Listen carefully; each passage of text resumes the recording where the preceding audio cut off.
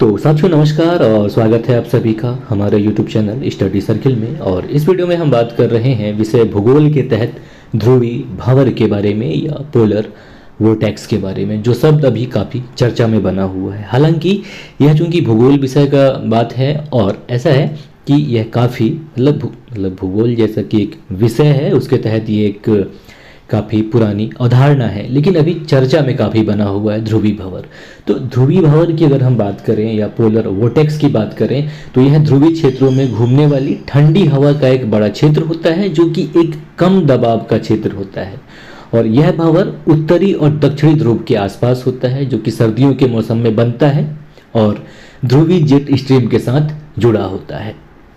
और यह मुख्यतः समताप मंडल में निम्न वायुदाब युक्त चक्री परिभ्रमण होता है, जो कि ध्रुवों पर ही घटित होता है।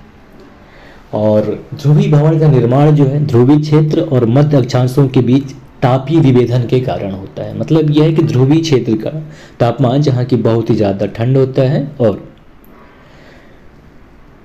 मध्य अक्षांश की बात करें तो यहाँ पे नॉर्मल रहता है, मतलब ठंड नहीं रहता उतना, मतलब 12 से ऊपर ही रहता है। तो जो ध्रुवी भंवर बनते हैं असल में ये मध्य अक्षांश और ध्रुवी क्षेत्र के बीच जो ताप में विभिन्नता पाई जाती है, तापांतर पाई जाती है, उसके वजह से ध्रुवी भंवर का निर्माण होता है।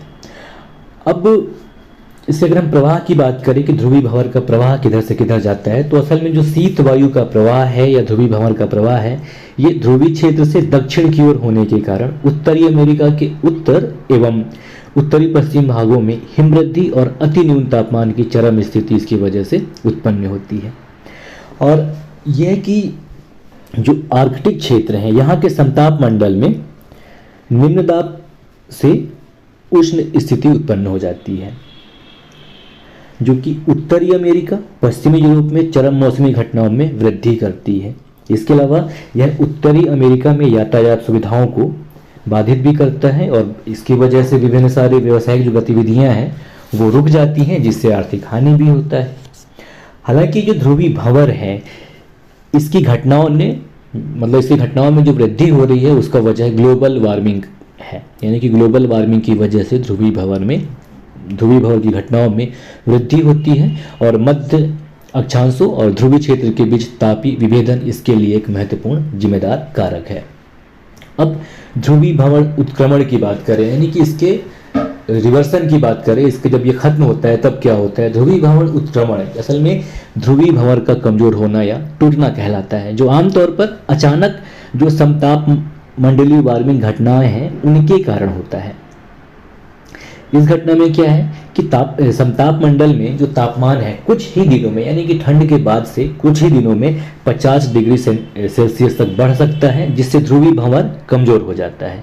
तो जब ये कमजोर होता है तो भंवर जो है विभाजित हो जाते हैं या वहां से विस्थापित हो जाते हैं और जो ठंडी आर्कटिक वायु राशियां हैं ये भूमध्य रेखा की ओर बढ़ सकती हैं, तो जिसकी वजह से भूमध्य रेखी क्षेत्रों में ठंड का प्रभाव बढ़ जाता है। और मतलब इससे नुकसान ज़्यादा नहीं होता है, बस इतना है कि ठंड बहुत ज़्यादा बढ़ जाता है, ठीक है। और भंवर उत्क्रमण के प्रभाव के कारण इन क्षेत्रों में गंभीर ठंड की अवधि जो है ये लंबी भी हो सकती है।